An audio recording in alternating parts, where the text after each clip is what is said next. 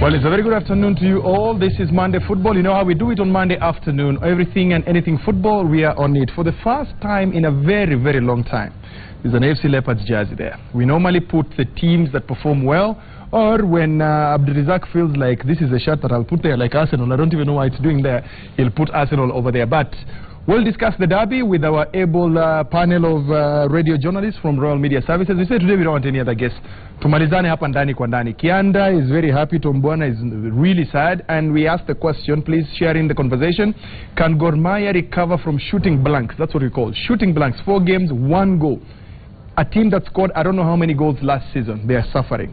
Join the conversation on hashtag Monday Football or 22422 on SMS platform. Bernardo. Been a big weekend in the world of football, locally and internationally. Well, my role this afternoon is just to introduce the one and only DJ K. Rich. Will be representing, of course, DJ Outfit. DJ CrossFit takes a short break. DJ K. Rich has been DJing for about 8 years. So in 2 years' time, we'll be celebrating 10 years, mixing, doing his thing on the decks. Wahiga.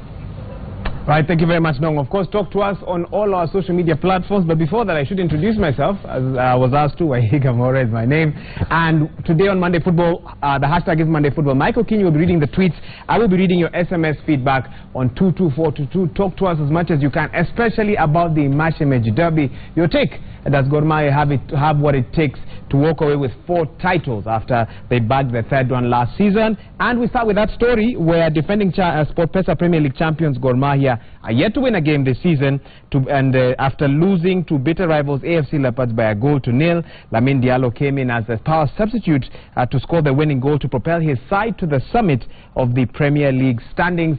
These are the highlights of that match. What he wanted. Good cross down from the right side. The Leopards take the lead in the 80th minute of the game. Lamine Diallo, playing with purpose, gets the chance, and a cross from Mieso on the left side that puts the ball in the net. Well, the defense of the Gor Mahia side caught nothing.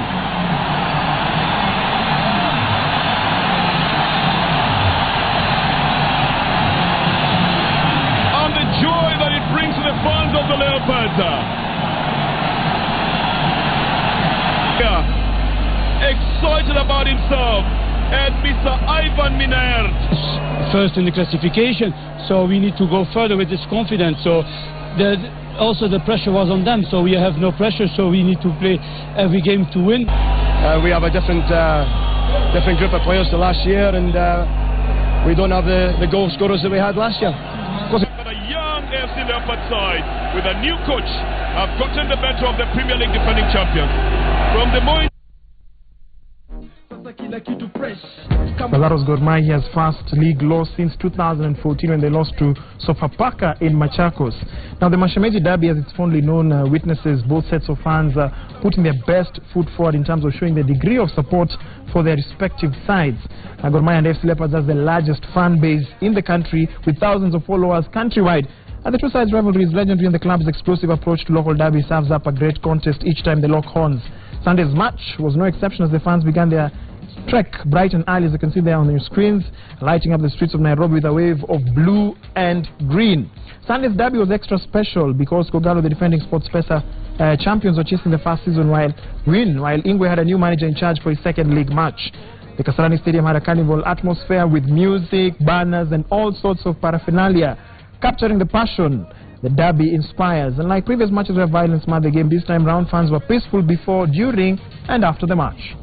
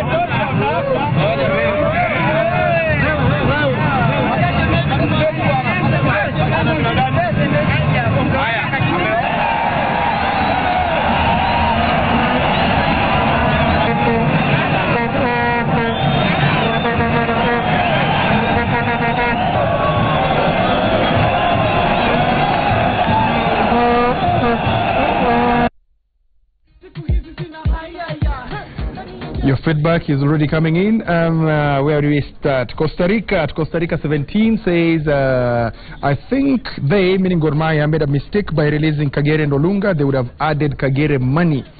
Philip Ocheche says, Gor don't have good players so far. They let a lot of players go. Let the staff stop politicking. Uyu, ata you kona Gor. Only 2 players left, by the way. Let me correct you there. And then Byron Sewe says, they will. I have faith, as in they will recover. The last one is from Tiani, who says, at Yvonne Tiani says, we are not shooting blanks. It's called strategy. The season has just begun. 4 games, 1 goal, 3 points. Wengine wako na point 10. Strategy indeed. We're getting lots and lots of feedback on 22422. Felix Ochieng from Nyeri County DCI office asking Tom Bwana, don't you think the strikers of Gor Mahia are not goal hungry? What's your take on Wafula's dismal performance? And Albert Machoka from Kisii Town in Huduma Center saying, enjoying watching your show Monday Football on Citizen TV. I need that Arsenal jersey. Please, please, please, 3 times. And he mentioned my name. Well, you've convinced me, but you need to convince Mike and Dong if you want to get that Arsenal jersey. And moving on to other stories that were making headlines over the weekend. Rangers condemned Sofapaka to their 2nd consecutive loss with a slim 1-0 victory at Kasarani. The Swahili booth has Ali Salim Manga and Ali Hassan Kauleni. Shot, and it's a goal. Moses Otieno gives the Rangers a goal immediately in the first minute of the second half. The former Gor Mahia midfielder gets his first goal of the season. Brilliant play, and you can see the joy in Rangers. That's the start they wanted. That was the goal they've been looking for. It's Moses Otieno opening the scoring in this game, or this afternoon here at the Kasarani Stadium, with a well-taken goal right inside a minute of the restart for the second half. That's the start they deserved. It's a long ball, and guess who it finds? Gershon Likono making a typical run down the left. Keeps his head up, finds Moses Otieno, and from there it's an easy tap in. TMI is incensed, and he feels that it should not have been left dry like that. Once the ball is cut back across into the goal area, there's only one finish needed, a side-footed finish, well placed by Moses Otieno. SportPesa unveiled a lucrative sponsorship package for both Gor Mahia FC and the FC Leopards, providing a much-needed shot in the arm to 2 of Kenya's most famous football powerhouses. Kogalo sponsorship is for 5 years, costing about 65 million Kenya shillings annually, while for Ingwe, the sponsorship is about 45 million Kenya shillings for 5 years. Sasa is time to turn left side. Hey, aye, asante. Nataka makofi ya SportPesa jamani. Nataka makofi ya SportPesa. Tunasema hongera sana kwa SportPesa kuweza kuja kuamua timu ya AFC Leopards. Well, moving on to other news, Harambee Stars head coach Stanley Okumbi has named his provisional squad for the 2017 Africa Cup of Nations qualifier against Guinea-Bissau. Okumbi has named several new faces, with Eugene Ochieng, Joseph Okumu, Aziz Okaka, and several others earning their maiden call-ups. Here is how that camp will look like once fully constituted. But of course, there will be further shortlisting before the final squad is named.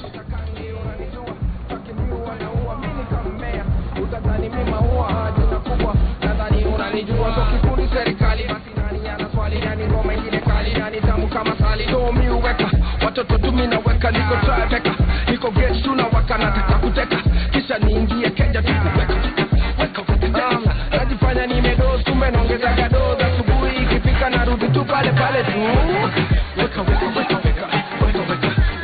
tena sana tunaweka weka tena sana tunaweka weka tena sana tunaweka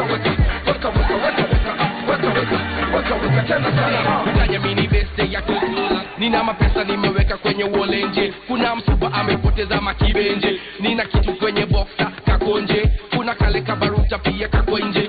Unakaweka gasana kibondo wakanafanya mbuwagana wakusanya. Wananitaka buganya na badilika kaka milioni tubonge. Nasema tubonge, acha nigonge. Wanasema nina bo, wanasema tina do. Teki abla every show na wakopesha gado. Kama fans wanasema buga umewasho. Ama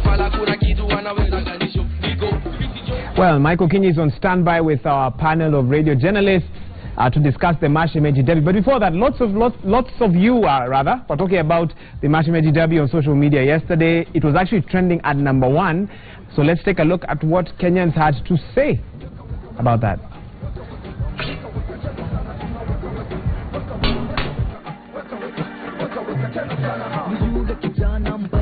All right, there we go. Let's take a look at the first one. Ironically, it's by Tom Bwana, and he's saying, just to let you know, #Mashemeji Derby loss was Gor Mahia's first league loss in 13 months of football since 26th October 2014. We are Sirikal. Okay, that's a strong assertion there by Tom Bwana despite the loss. He'll tell us how he felt when the final whistle was blown at that match yesterday. I'm sure he shed maybe one tear or two. Let's take a look at other tweets. Eileen Okaya saying, where are those unbeaten guys on the timeline today? The leopard walks in Kasarani. Okay, interesting. I wish the director could get some shots of our panel there. Some people not looking too happy, even as I continue reading some of the tweets. We move on now. Colin Salaya saying, Mashemeji Derby, as usual, our small talented boys proved to old experienced boys how soccer is won. Pole to Gor Mahia fans. Wow. This is an interesting one. Kelvin Mongombe saying, AFC Leopards director celebrating their victory and their table is full. Michael Kinyi, they've got everything you could ever want to eat. Just a little bit of a joke there. So these are AFC directors about their match. They're discussing how that match actually went. It's actually a joke there. We can move on to the next one. Charles Osoko saying, so sad we lost. I will skip work tomorrow to mourn that defeat and pray it doesn't happen again. So if you're a boss and Charles Sonko works for you, you might have an idea of where he is today. That is the power of football. We move on. I think there are about 3 more tweets and then we get straight into the interview. Maina Mungai saying one of the Twitter trends in Kenya at the moment was on our local Mashemeji Derby. There is hope. I believe they mean there is hope for Kenyan football, that we can have Kenyan football trending more than international football. It's not every week that Arsenal, Man U and all other teams need to trend. Boniface Osano saying a fan getting in shape ahead of Mashemeji Derby with a funny picture there of someone with a rather interesting hairstyle, just to show you the passion and the feelings involved whenever the Mashemeji Derby comes up, which is basically roughly twice a year, unless you get lucky sometimes where you can have one in other tournaments. This one we saw a bit earlier. Ingwe are now asking for Barcelona. They're saying, we are ready. We are ready for them on the 27th of March 2016. MSN, come for us. We've dealt with Gor, and we can now go ahead and target Barcelona, the La Liga champions. And that is what we have for now. Michael Kinyi, we can start with that last poster even as you get into the debate. You know, I wish this game was played like 3 games to the end of the season. And they beat Gor Mahia 1-0. That would be something. Kianda, Mnatoka Barcelona. You know, I have to say this, that I celebrated FC Leopards won against Gor Mahia yesterday. It's a derby. And anytime you win against the Mashemejis, it's a big thing. I read an article by Tom Bwana on Citizen TV's website, and he said it's high time Frank Natal needs to win the derby for Gor Mahia fans. It means so much for them to beat FC Leopards. But everyone is telling me can't apologize because I sat at the same place and I said FC Leopards this season hawako ndani. I have to say this. I'll apologize only if they didn't follow what I said. I said, don't sign expensive players. Go enda mashinani, tafuta youth kutoka huko. They will be hungry, they'll want to prove something, and they did that. Don't pay them much in case there are financial problems. You will be able to sustain that. Opora did the same thing. And this is what I'm telling him now. There is money with the club. Don't now change the whole team. Because FC Leopards, I cannot even remember the last time they had the same team for almost 2 seasons. I will remind you. FC Leopards came back to the top tier league in 2008. And from 2008 until now, go and count. FC Leopards has had 32 different teams. And that's what I told Opora. 32. Don't change the team because you have money. As in the first leg, you've got 18 players. The second leg, you have 26 new players. Yes. And it is there. For Gor Mahia, I have to say, they played good football. And after the match, I watched the head coach, Frank Natal. He said that we lost because we didn't take our chances. There are best strikers left last season, and it's a fact. If Olunga was there, if Kegere was there, it could be a different story from the chances they created.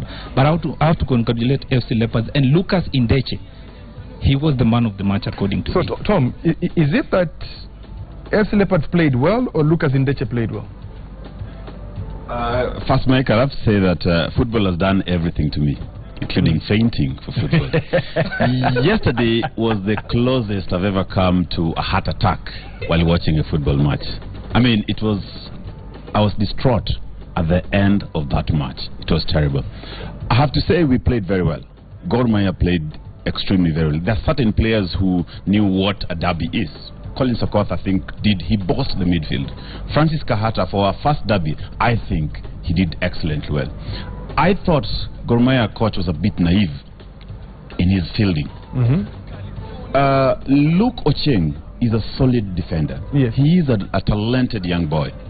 But then we missed Karim Nizigimana's crosses into, that attack nature of Karim Nizigimana. But Karim isn't fit.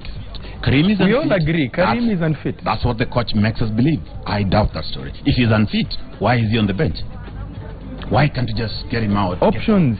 There are no options. Who else put on the bench? Is he an option? For a derby, it's not just any match. We need somebody for his name. He is a name first. Because, the small boys that Kianda is talking about, they will be terrified. They will wet their pants if they see Karim Nizigimana there. Those are names. And he's talking about our Gor having lost strikers. While it's true, for the first time, 2015 gave us, 3 players who are scoring double digits. Ali Abondo, Mehdi Kagere, and Michael Olunga. They've all since left. And I think what we lacked yesterday was a striker. Just a striker. Beki Mwamburi, nataka uchangie kama mchambuzi. Ndio hiyo sasa ushasema. Kama beki wa kupanda na kushuka. Ukimtoa Indeche katika ile mechi. Mambo yalikuwa vipi? Indeche kwa sababu Okinyi ilikuwa nyuma ya kibuyu ama nyuma ya bomba likitangaza ngoma ile.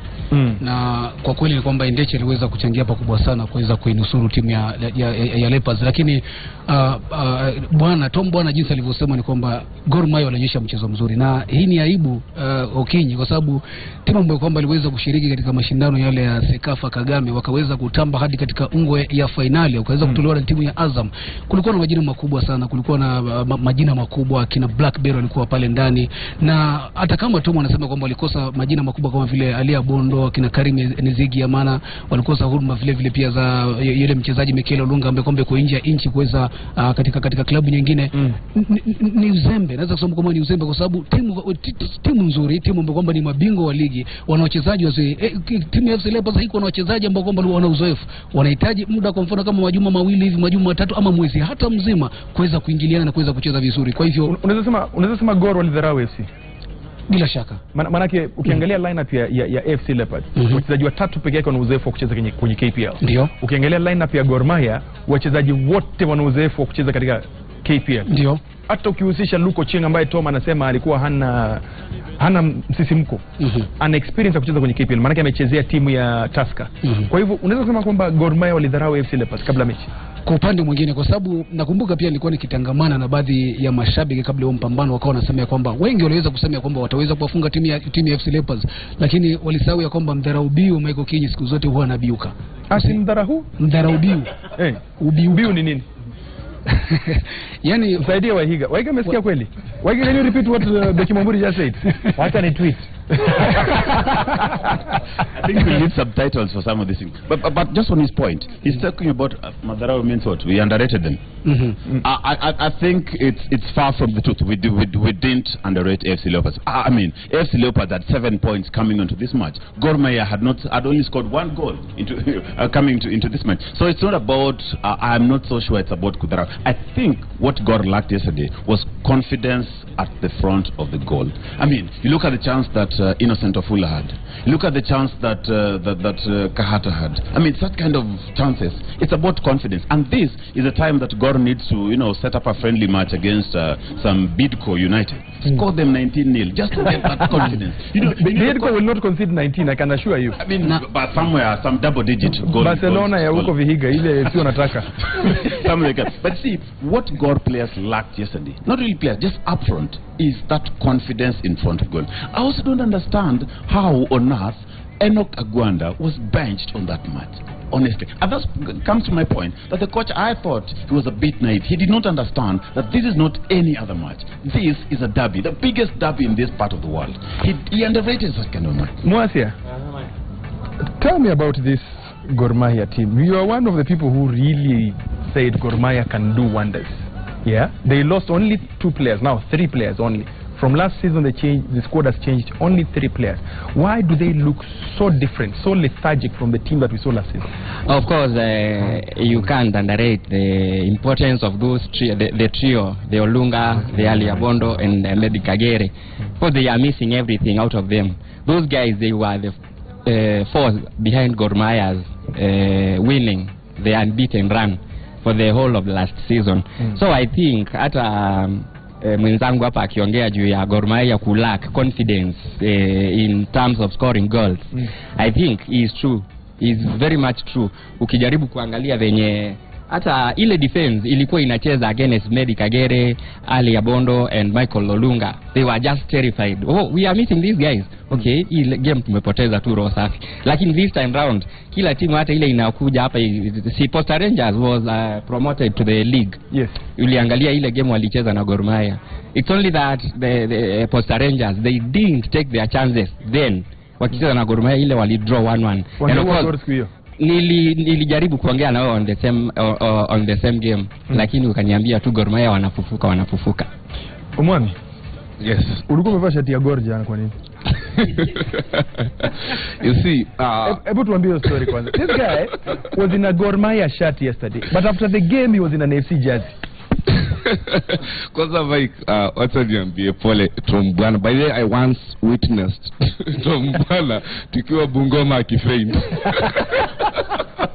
Time Thika United iliwanyima title. It was a double tragedy jana kwa Tom Bwana. Ameenda marathon 10 kilometers. Tumegoja amalizi. Ameenda Kasarani tena shida nyingine na mpata huko. So Tom, I'm sorry. Anyway, nilikuwa unacheki like if Arsenal is playing Man U, when final Man U, unataka kubet Arsenal. Wakishinda unakula pesa. Man U kishinda unafurahi tumewin. So jana kwa hivyo jana ulikuwa umeka sport pesa kwa Gor? Yeah. So that at least moja itakuconsume. Pesa ikienda uko na raha kwa roho. Unaenda nyumbani unasema la hii tumeshinda. Roho ukiumia pesa mfukoni. Pesa mfukoni unajipigia pole pengine. So you see what happened when you look at the players wa FC, most of them hawajulikani, hata ukitafuta video yake huwezi pata. But when you look at the kind of the players like Kahata, you can easily find footage yao. Yes. Then coach UFC alikuwa na kazi rahisi sana. Anasema you see the way Wafula moves. But anyway, Gor played well. Ni venye tu hawaku utilize zile chances walipata. And the man of the match, Lucas Indeshe, I think that experience yenye ako nayo pia ilimsaidia kupanga defense yake. Unaona? So as much as tunasema Lucas Indeshe played well alisaidia FC, bado defense yake ilikuwa poa. Okay. No. A lot of feedback here regarding the discussion as far as the weekend's Shemeji Derby is concerned. This is an interesting one here. This is somebody who says that Stephen Mutongoi, you say that all in all the fish is in the kuku's stomach. Kuku elimeza samaki. And then Makelvis Squelva says that he's talking about Chelsea, but this is another sentiment here. This is Broder Chris Dalton. You say that Ingwe is a big team, so if they scored, is it natural? Because even this season Manu won. And then we have Mark Baraza. You say that cheza ni kitu yoyote hapa Kenya lakini sina chui. And then Okumu Evans says that he's happy AFC Leopards ended Gor Mahia's unbeaten record. And then we have another one here that Of course, that was one of the talking points there. Gerard Kiriyama says Gor Mahia can't recover so long as the players are betting, and Gor Mahia has big odds, saying that the departure of some of their key players is a concern. Somebody here is negative. He says that Tony Adams says that Leopards' impressive form is short-lived. Another one here, this is Muloma Leslie, says that the best thing about FC Leopards was their defense. And then somebody is talking about the goal scorer Diallo. Somebody saying that perhaps Diallo should have been played earlier, should not have come in as a substitute. Collins Ogutu says that Gor Mahia must learn to live without Kagere and Olunga. It's that simple. Mike, the departure of Kagere and Olunga is another big talking point. But Tom will bear me witness on this one. Every season, the talisman in Gor Mahia has always gone. Since 2010, when George Blackberry Odhiambo was Blackberry, squeeze sijui kama ni blueberry ama ni berry gani hiyo, but kuna ladha imepotea mahali. When George Odhiambo was playing the football we knew before he went to Denmark, he was the pillar that stood for Gor Mahia. He left, people said Gor is done. Another striker came on board. Serunkuma left, people said Gor is done. Somebody else came on board. I hear they have a player called Jausenge. I have not seen him yet. Mike, so we will wait. No, Tom, we shall not open that microphone yours. In fact, Roba Zimeo microphone yako. We know where you're going with this one. So we were going into a break, but when we come back, this conversation will continue, but we'll take a different dimension, because on this dimension, kuna mtu anaitwa Wahiga was really celebrating on Saturday. When Arsenal walikuwa na draw na wanaitwa nani? Tottenham Hotspurs. Higgs was celebrating thoroughly. Yesterday he became sick. We'll take that conversation when we come back from the break. Weka barafu, mimi na kinywaji ni kwenye mashavu. Leo ni leo, msema kesho ni bafu. Wakitaka watake geni yangu ni shafu. Shika glasi, weka barafu, mimi na kinywaji ni kwenye mashavu. Leo ni leo, msema kesho ni bafu. Wakitaka watake geni yangu ni shafu.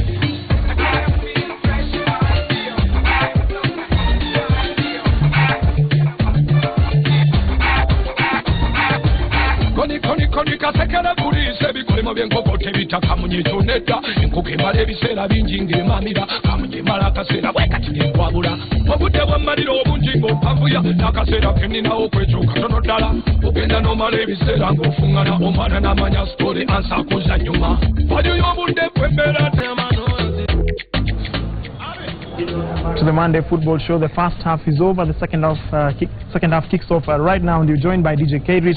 You're telling us more about himself. DJ K-Rich, you just told me something during the break that you support one of the local clubs. Which club is it? Sofapaka. Sofapaka. What's going on with Sofapaka? Okay. What's going on actually? What's not going on with Sofapaka? So far, okay, of late, I've not been watching football because too much sleeping. Too much? Too much sleeping. So, Kerry, tell us about your career in DJing. Where did it start? You've been doing it for close to about 10 years. Okay, right now it's 8 years. 8 years? Yeah, 8 years. I started way back in Carnival, way back in 2009. 2009. And what is your favorite genre? What do you like the mixing? I've noticed that you like that East African feel. You have there some Ugandan music, some Kenyan music. Okay, for me, it's random. It's random? Okay, just spell for us something, then you get just a sense of exactly what you do.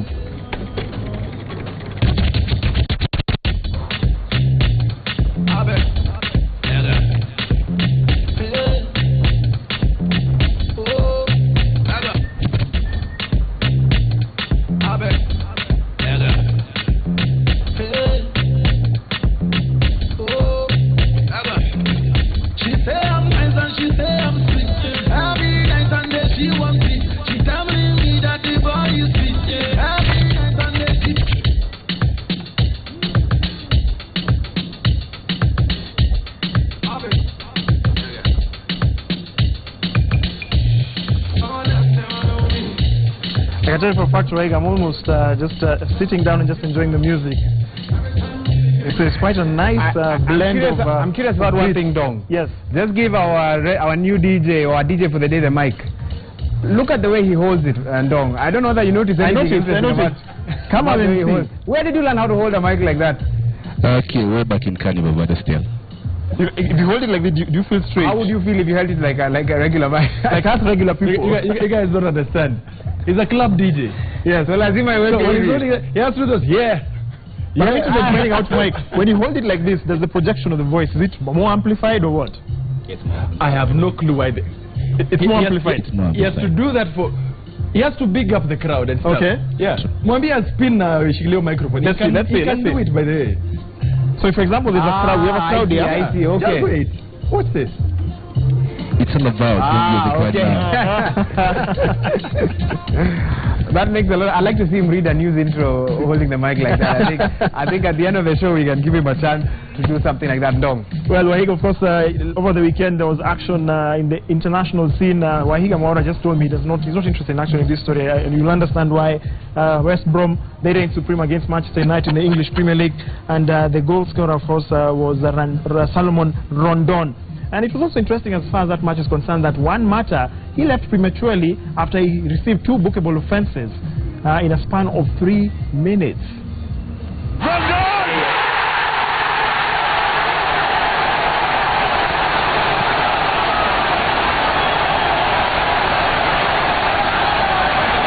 That is a sharpshooter's goal.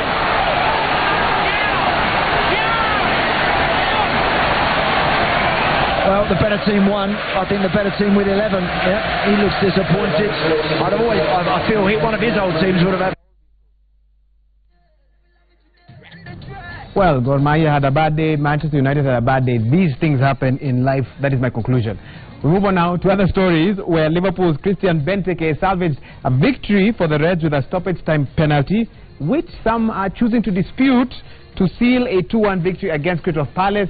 Take a look at the highlights and especially the offence that led to the penalty and tell us whether you think it was true or not. 3 minutes into the second half. Joe Ledley. Think that. Yeah, and I mean, in keeping with things, Palace are content now to see the game out by counter-attack. Oh, McCarthy's lost it, and Firmino's in and equalises. Gift. Dreadful moment for Crystal Palace's returning goalkeeper. Firmino. Christian Benteke wins it with commendable composure. Also, the North London derby lived up to its billing last weekend as Arsenal and Tottenham Hotspur squandered a chance to reduce the points gap from league leaders Leicester as the match ended 2-2. And Arsenal lead down the lane.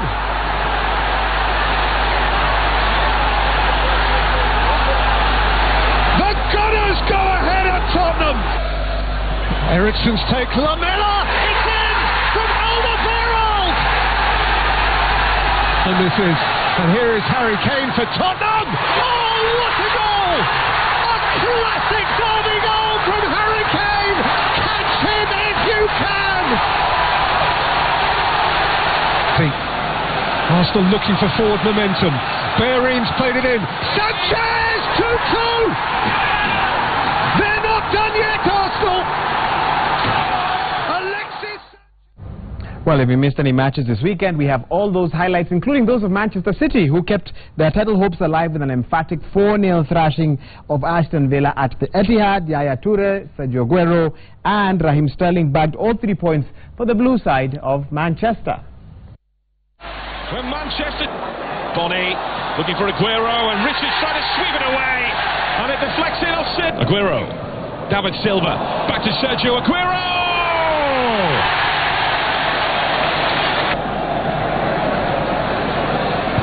Jesus Navas got the ball in again, and it's struck home from almost point-blank range by Raheem Sterling.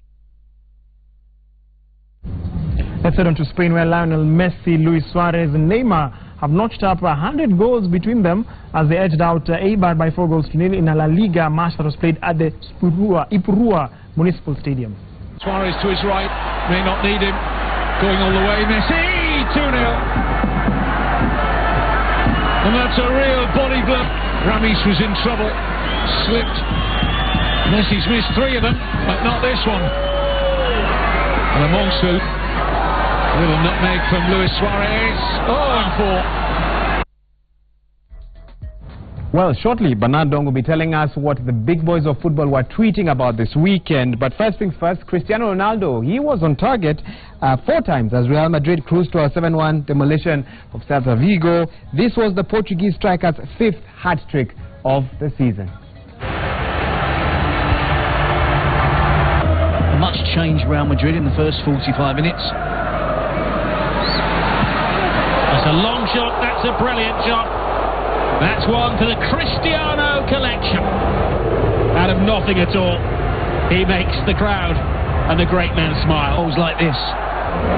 Deep breath, Cristiano Ronaldo. And then exhales. A landmark goal for Cristiano Ronaldo. His 250th in La Liga. His 300... Doesn't quite get there how he's fired up now, Cristiano Ronaldo. He did take a beating earlier on. Well, flag stays down. Chance to score at the Bernabeu for Iago Aspas, and he doesn't pass up the opportunity. Mayoral has Casemiro. Good ball inside. Vasquez. Isco. Hat-trick. Ronaldo. He's taken that one home.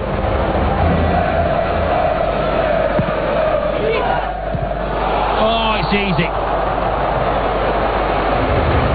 4 goals for Cristiano Ronaldo. Hesse gets his first touch. Ronaldo's in position for his 5th, but Hesse gets Real Madrid 6th. Well, let's sample some of the social media feedback in regards to some of the players who you've just seen there scoring those amazing goals. And we start off with Cristiano Ronaldo. He was playing over the weekend, and so he managed to score 4 goals. And this is what he had to say. What was key about that particular fixture was the fact that the Portuguese striker has scored 350 goals so far and counting. So he had that particular tweet there, 3-5, a ball, an apostrophe, an S, and thumbs up. That is Cristiano Ronaldo's official Twitter handle. He posted that on his handle. Let's look at another tweet. This is well done to him. Still Ronaldo, of course, lauding his teammates for the performance over the weekend against Celta Vigo. There you see he said he was proud of the team's performance. Thanks for the continued support. He scored 4 goals. 7-1 was how it ended. Let's look at another tweet here, and this is Divock Origi, the Belgian forward who has a Kenyan connection. His team played over the weekend. Remember, Christian Benteke scored the winner. You can see him there seated in the middle. Origi flanked, at the end there, flanking Christian Benteke. I tweeted at the background there. And he's, of course, Liverpool won that game 2-1. Important win for the Reds. This is official handle, Divock Origi, not Bonoko handles. And then Sergio Kun Aguero, Manchester City triumphed on the weekend. He tweeted, a big win to stay in the race. It's a tough one, but we'll fight till the very end as usual. Come on, City. That is one of the talking points that Michael Keane will be interacting with radio colleagues there. Can Man City actually pull a fast one? And then another one here.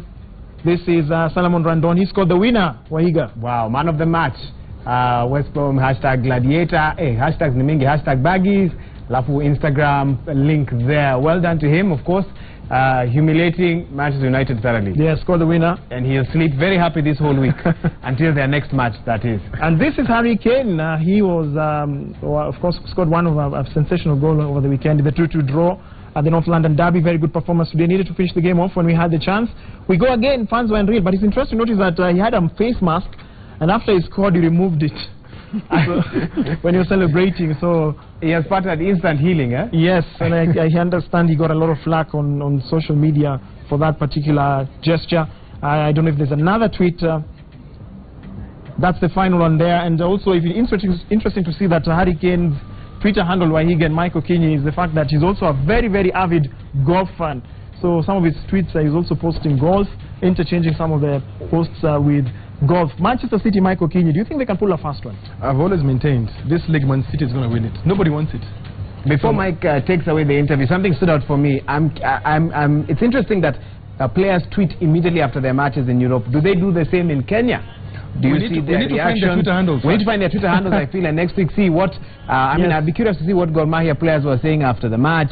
AFC, they must have been, in heaven kind of tweets. I'd be curious to see that as well. That's an interesting point. Next week. We want to dig out their Twitter handles and to see what they do. And what sort of interesting names they have on some of those handles as well. I only know one player who's on Twitter, and the name is not very interesting. Take it away, Mike. I'll give it to you. Kianda, there's a guy called James Makumu, an ardent fan of AFC Leopards. At J Makumu says, At last, the unbeaten record of Gor Mahia is broken. But Michael King, you said AFC are inexperienced and poor. They can't win. Ebu mjibu, sita mjibu mimi. They followed what we told them. So, in fact, AFC Leopards will pay us for consultation. They followed what we told them. Sign young, hungry players who will work under those minimum conditions at AFC Leopards. They didn't have a sponsor by that time. That's a fact. They didn't have a sponsor. So if we could have gone for the big boys, wangeanza kugoma before league isonge mbele. So these boys are determined. Some of them are from high school, and they gave their best. They had a chance to prove themselves, and they gave their best. I want you to vindicate me on this accusation. He says, James Makumu, at J. Makumu says, at last the unbeaten record of Gor Mahia is broken, but Okinyi, you said AFC are inexperienced and poor and they will lose. I was watching a show on one of their TV stations in Africa, and Mike Okinyi said he's the only guy who got this prediction right. At first half, there will be no score. In the second half, AFC Leopards will score a goal and they will win that derby. So, Mike ana makosa. So, this Makumu guy, J. Makumu, you owe me an apology. Omwami, nataka apology. The only time I said AFC is going to beat God, and they did it. You owe me an apology. And I can give you the prediction for the next game. And I know you won't like it, but I will give it to you. Hi, we move. Charity, sijasikia sauti yako. Hi, Mike. Hi, how are you? I'm good. Is that enough? Muasia says Arsenal can still win the EPL. Let me say, for Arsenal, winning is like, I don't know. I'm lacking. They are not going to win, but there's an expression I'm trying to look for. You know, people are likely to faint if their Arsenal is not going to win. And by then you're seated with so many Arsenal guys there, so be careful, eh? Yeah, I know. You could be an enemy of the state. No, but Moasi is Chelsea. Who lied to you? Moasi, you've been lying to me. Do a roll call there and you see who is Arsenal, who is Chelsea. Yeah? Beki Mwamburi, Arsenali. Arsenal ikizungumzia Mike, naweza kusema ya kwamba sina ule udhibitisho ya kwamba wanaweza kutoa hili taji la ligi ya Uingereza, kwa sababu kuna wale viongozi ambao sasa hivi wanasumbua Leicester City, timu ambayo kwamba inajumuisha wachezaji ambao wanajituma na timu ambayo kwamba ilidharauliwa ya kwamba huenda isifanye mambo katika msimu huu, lakini sasa hivi ndio inaongoza ligi. Kwa hivyo ukiangalia ni kwamba kuna mechi nafikiri katikati mwa juma kama sijakosea, ambapo kwamba Arsenal walichapwa alafu kisha Leicester City wakaweza kwenda sare katika mchezo wao. Sasa hiyo mechi endapo kwamba Arsenal wangekuwa wameishinda kidogo, wangeweza kupunguza lile pengo, lakini waliweza kuachia ngoma hiyo na pasina chaka Leicester City wakaweza kufunga ule uzi. Kwa hivyo kwangu mimi naweza kusema kwamba Arsenal wana kazi ya ziada sana kuweza kushinda hili, kwa sababu Leicester City wanatanua. Mechi zimebaki 9. Alama 27. Alama 27 ni nyingi sana.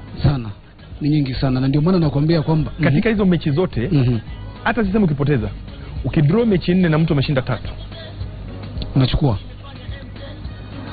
Ndio maana nakwambia Okinyi, na nitarudia kusema ya kwamba si eti ni dharau timu ya Arsenal. Ni timu ambayo kwamba ni timu nzuri, timu ambayo kwamba ina kocha ambaye kwamba amekaa, nafikiri kocha ambaye amekaa kwa muda sana katika hiyo timu. Lakini tuangalie upinzani. Tuangalie upinzani. Manchester City wanajaribu kufukuzia. Manchester United wanaweza kufungwa katika mechi yao juzi. Azma yao kuweza kuwinda ligi kidogo inazidi kudidimia. Angalia Leicester City. Mimi nahisi ya kwamba timu. Is anybody else who believes Leicester will win this league? I don't believe. Why don't you give them a chance?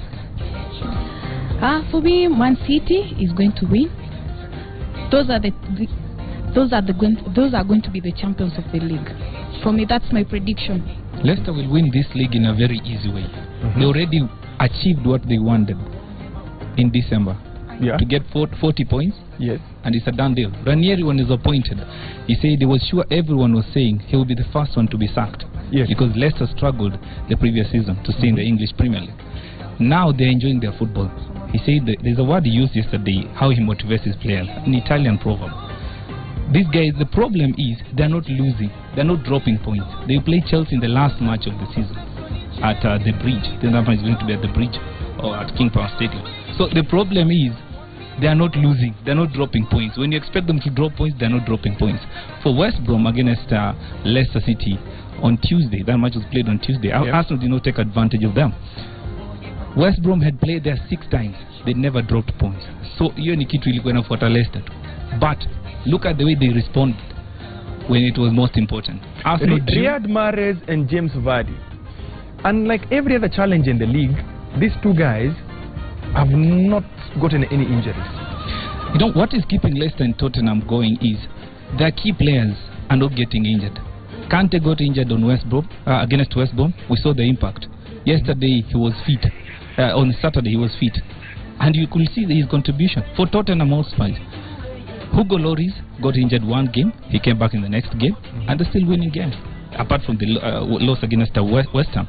So according to me, these two teams are so lucky that their key players are always fit. And that is part of football. Omwami, Manchester kulienda aje? Umetuonea sana. Mimi nimeuliza tu. Sijasema Manchester yote, nimesema tu Manchester. Wewe kwa nini unafikiri unaonea?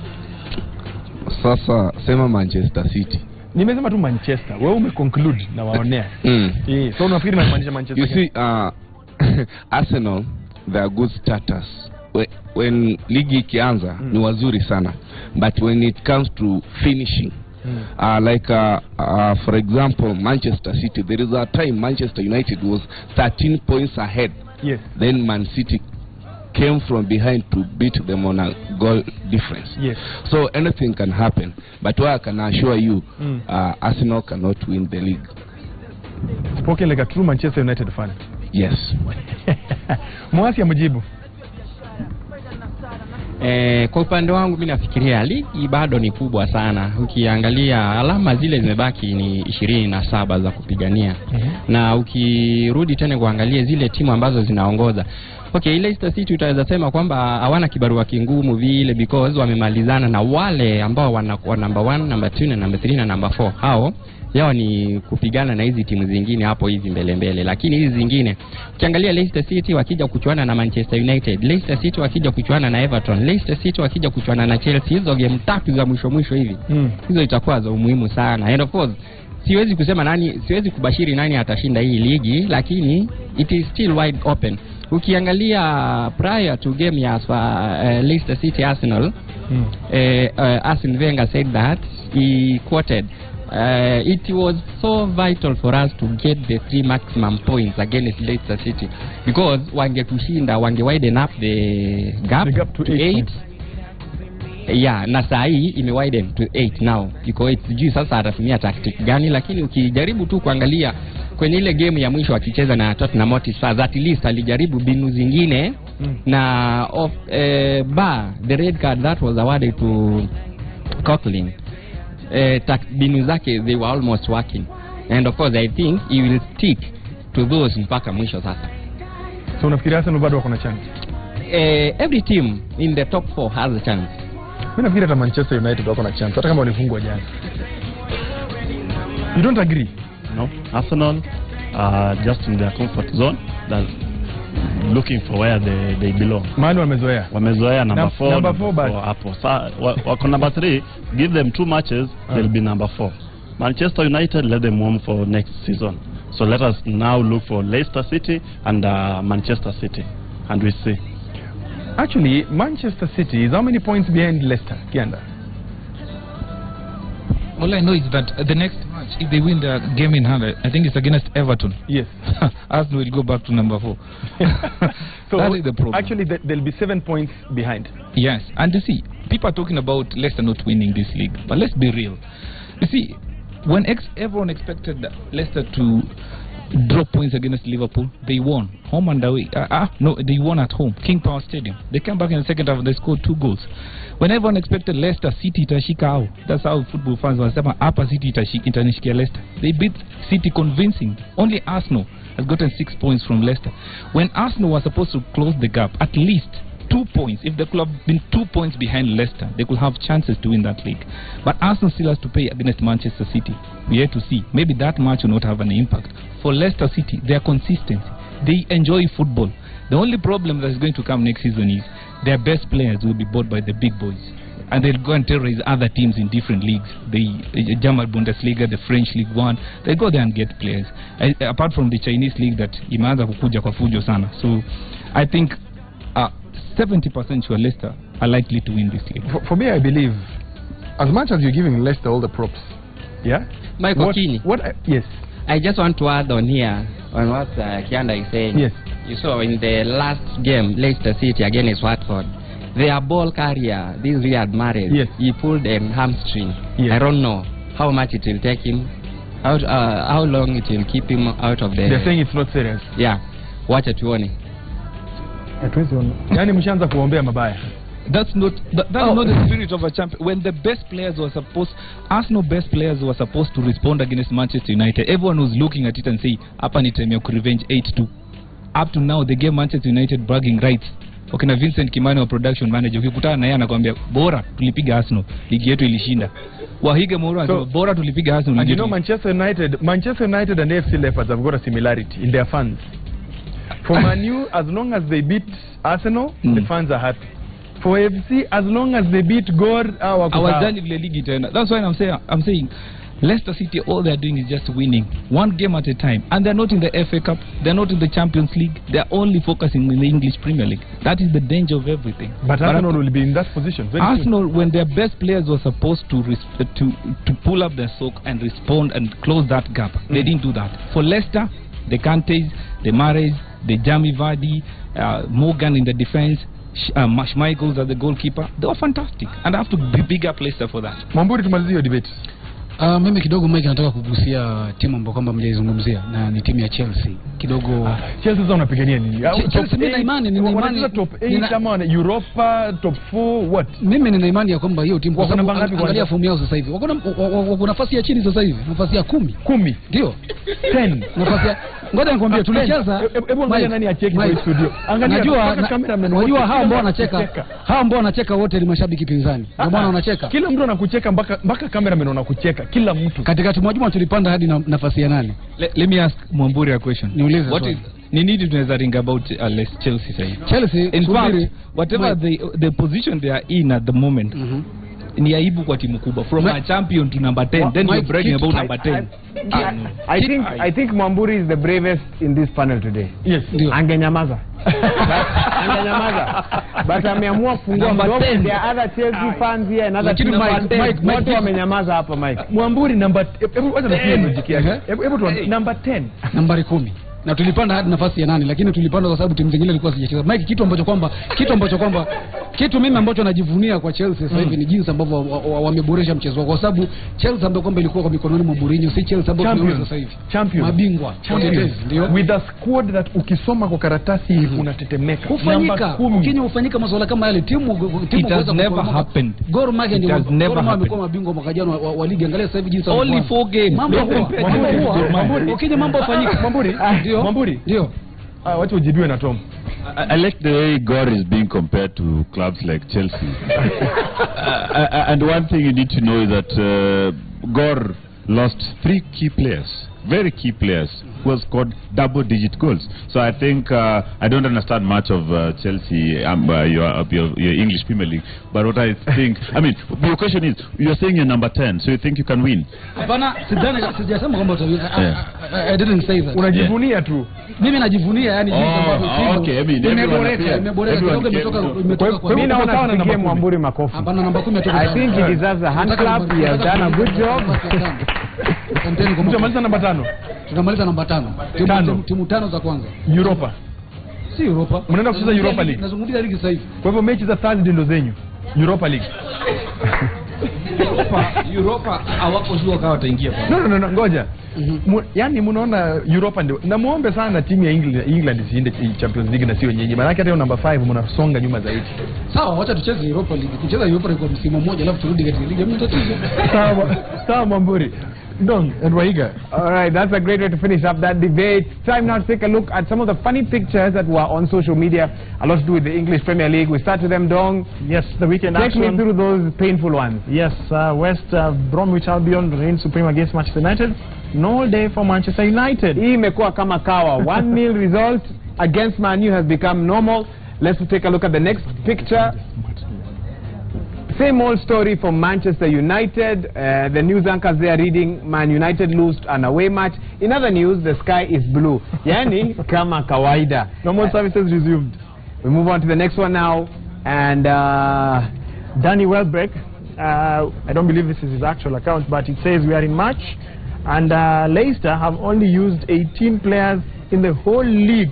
No serious injuries. I believe my colleague Kianda just touched on it earlier on as far as their player personnel is concerned. Why has nobody talked about doping? That's mambo ya doping in India football, Michael Keane, not just in athletics. And if a team, so Chelsea can complain that other teams are doping, and that's why they're doing so well. We need to watch out for such things.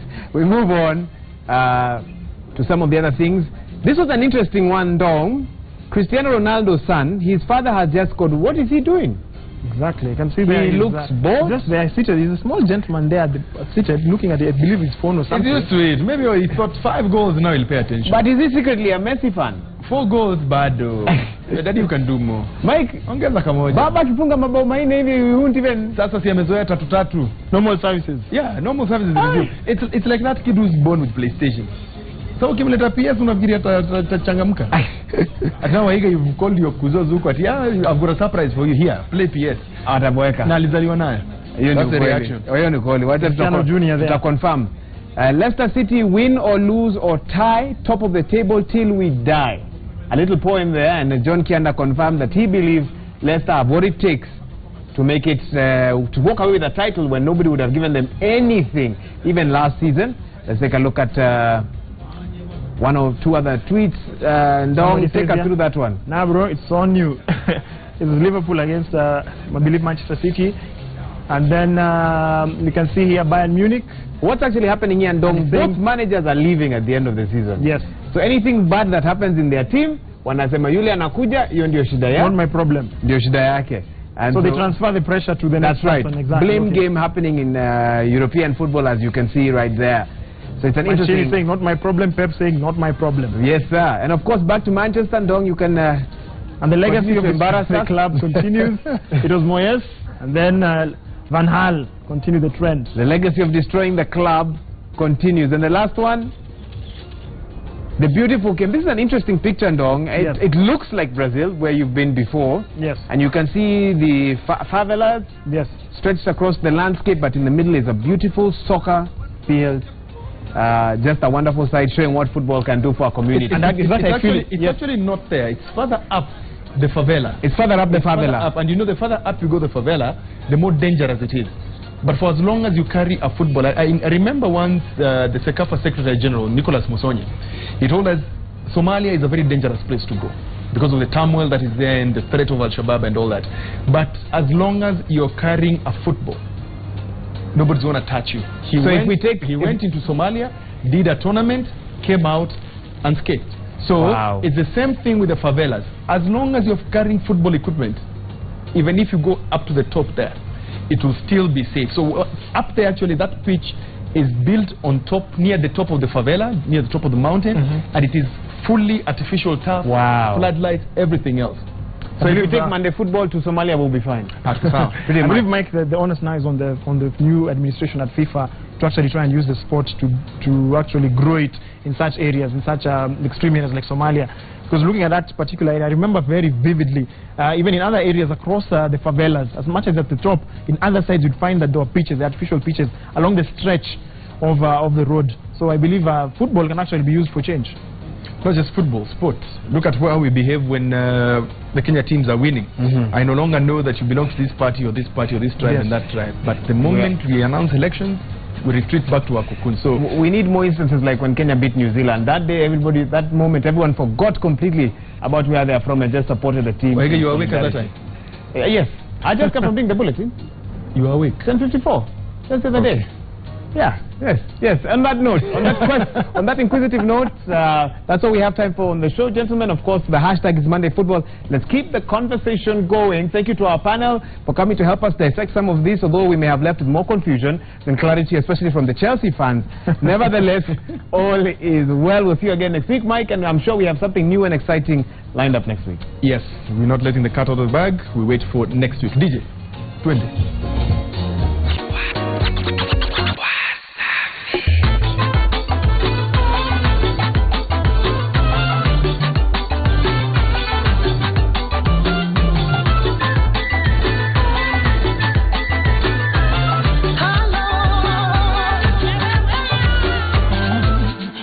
With guruguru njiani, majirani wote wamekuchoka, bara chumba cha furani, mtu gani we kwako soka, washinda viparasani, yaweza kukurupuka, ukome mwana furani, ona uso hivyo kukurupuka.